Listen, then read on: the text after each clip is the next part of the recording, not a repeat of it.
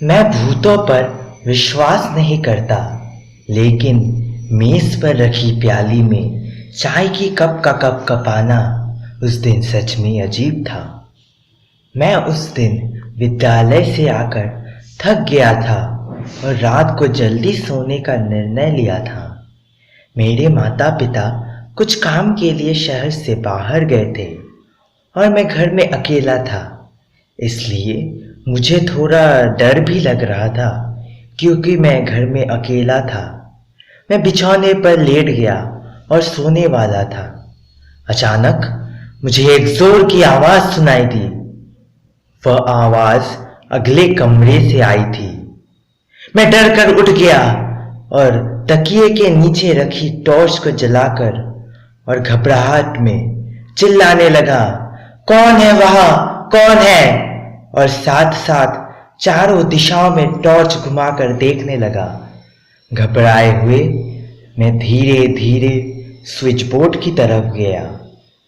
बत्तियां जलाकर मैं देखने लगा कि कौन है, लेकिन कोई नहीं दिखा। मैंने फिर थोड़ी सी शांति के साथ बिछौने पर लेट गया और सोचने लगा कि वह जोर की आवाज कहां से आई होगी। फिर से मुझे उस प्याले और चाय की कप की कपकपाने की आवाज आने लगी। मैं घर में अकेला था। डर से मेरे पसीने छूट रहे थे।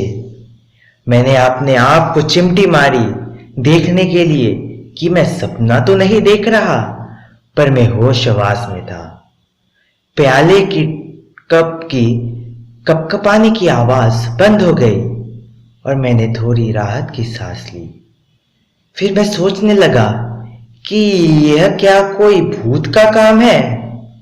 मेरा दिल जोर से धड़कने लगा, लेकिन मेरा दिमाग इस बात को मानने को तैयार नहीं था।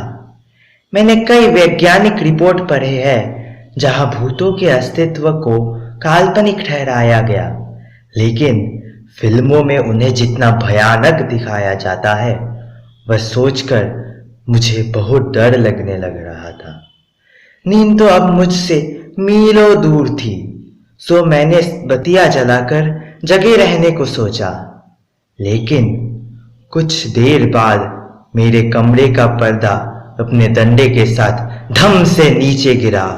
मैं झट से उठकर पर्दे के वहां जाकर चिल्लाने लगा, कौन है वहां, कौन है? लेकिन कोई आवाज नहीं आई। मैं सोच रहा था कि डर से मैं पागल ही ना हो जाऊं। घड़ी में रात के 2 बज रहे थे। अभी भी दिन की रोशनी के लिए 3 घंटे बाकी थे। मैं प्रार्थना करने लगा कि भगवान मुझे इस भूत के चंगुल से बचाए जो मुझे डरा रहा था। अगले 3 घंटे बहुत खराब बीते। अचानक मैं बैठे बैठे सो जाता और फिर अचानक डर से जाग उठता। मैंने प्रातःकाल में सूरज की रोशनी देख थोड़ी चैन की सांस ली। अगले कमरे में मैं खोजने गया कि रात को क्या हुआ। मैंने जमीन पर कुछ कांच के टुकड़े पड़े हुए दिखे। ठीक से देखने पर पता चला कि रात को एक बल्ब जमीन पर गिरकर टूट गया था, जिससे वह जोर की आवाज आई थी। टीवी खोलकर समाचार सुनने को बैठा तो पता चला कि मेरे शहर में कल रात हल्का भूकंप आया था। उसकी तीव्रता ज्यादा नहीं थी कि बहुत ज्यादा तबाही मचाए, लेकिन हल्की चीजों को गिराने के लिए काफी थी। पिछले रात की सारी घटनाएं अब मेरे सामने पानी के समान साफ हो गई थी और मेरा डर अचानक से गायब हो गया।